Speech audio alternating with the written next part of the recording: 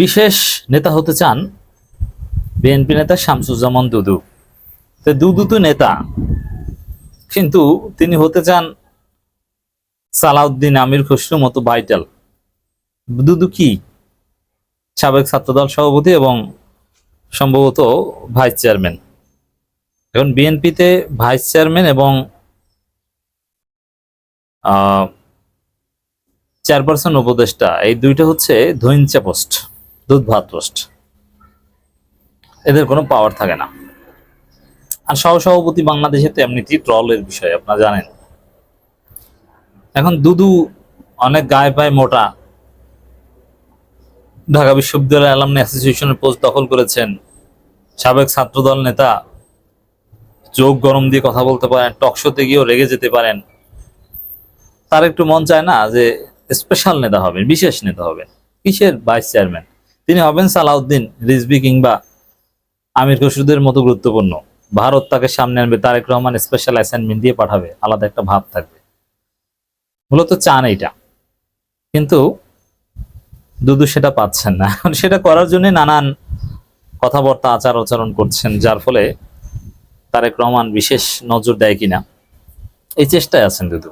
যদিও এই চেষ্টা করতে যে দুদু তো একবার শোকজ খেয়েছেন, কথাবার্তা হিসাব নিকাশ করে বলে, দুদু তোমার কথাবার্তা কিন্তু হয় না, এটা স্পষ্ট করেছে বিএনপি। একদম চিঠি দিয়ে, দুদুকে চিঠি দিয়ে সতর্ক করেছে, এবং বুলুকে চিঠি দিয়েছিল, আপনাদের নিঃসন্দেহে মনে আছে। দুদু এবং বুলু এই দুজনে চিঠি খেয়েছে। তো দর্শক, দুদু বুলু চিঠি খেয়েছে, বুলুকে এরপর তো আর দেখি না, অনেকটা ঠান্ডা।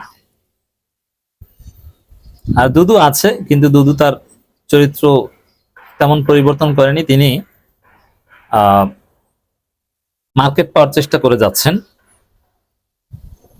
কিন্তু লাভ নেই। বিএনপির দিন শেষ। নেতা হবেন, নেতা হয়ে কি করবেন? দর্শক, গণতন্ত্রকে উত্তোলন করতে একটা দলকে ক্ষমতায় আসতে হবে।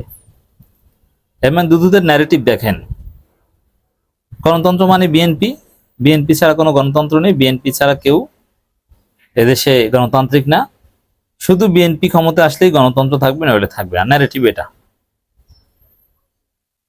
এই যে অতি উৎসাহী কথাবার্তা, এটা কেন?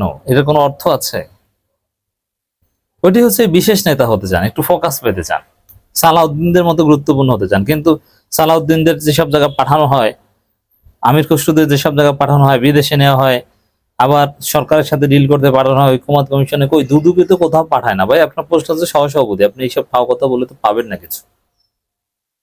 তা আপনার ধান্দাটা আমরা বুঝি, যে এই যে অতি উৎসে বিভিন্ন জায়গায় বেপরোয়া কথা, আমরাই নির্বাচনের তারিখ ঘোষণা করে দিব, আবার দুধের কথা বলেন, মুতের কথা বলেন, থুতুর কথা বলেন, মানে এগুলো কেন বলেন? একটু জাতে ওঠার চেষ্টা করেন। এটা না, এটা পারবেন না, কারণ আপনার পোস্ট সহসভাপতি, আপনি ছাত্র দলের সাবেক সভাপতি ছিলেন, কিন্তু আপনার লাখ খারাপ। বরং যারা ভারতের পা ছাড়তে পারছে তারা তাড়াতাড়ি উপরে উঠেছে। তা আপনাকে তো তারেক রহমান কোথাও পাঠায় না। প্রেস ক্লাবে 2-4 জন লোকের সামনে কথা বলতে পারা ছাড়া দুদূরকে আর কোথাও গনে দেখছেন? কোথাও ডাকে কেউ? লিয়াজু কমিটি ডাকে? বিএনপির মৌলিক কোনো পলিসি মেকিং আছে? দুদু নাই, কোথাও নাই। তাহলে দুদু কোথায়? দুদু হচ্ছে শুধু ওই প্রেস ক্লাবে, দেখবেন যে প্রেস ক্লাবে কিছু লোক সামনে বসে থাকে, কি এক একটা সংগঠনের নাম, তারেক রহমানের দেশে ফেরার ষড়যন্ত্র প্রতিবাদ বিষয়ক কমিটি। আবার সেমিনারের নাম কি? তারেক রহমানের দেশে আসার প্রতিবন্ধকতা দূরীকরণ বিষয়ক সেমিনার।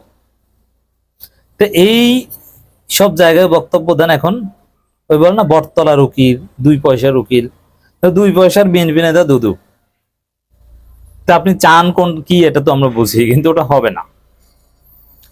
বিএনপি কেন্দ্রীয় ভাইস চেয়ারম্যান, সহসভাপতি শামসুজ্জামান দুদু বলেছেন, স্বৈরতন্ত্রের পতন হলে গণতন্ত্র আসবে। আর গণতন্ত্র যে কোনো দল ক্ষমতায় আসতে পারে, একটা দলই আসবে, দেশবাসী যাকে পছন্দ করে তাকে ভোট দেবে, সেই দলটাকে বিএনপি। দুদু বলেন, স্বৈরতন্ত্রের বিরুদ্ধে আন্দোলন হচ্ছে গণতন্ত্রের লক্ষ্যে। স্বৈরতন্ত্রের পতন মানে দেশে গণতন্ত্র ফিরে আসবে, আর গণতন্ত্র ফিরে আসবে মানে একটি সাধারণ নির্বাচন, আর গণতন্ত্র উত্তরণ নির্বাচন ছাড়া বিকল্প পথ নেই। এই যে নির্বাচন গণতন্ত্র, এগুলো হচ্ছে বাটপারি টার্ম। আর এগুলো অর্থ কি?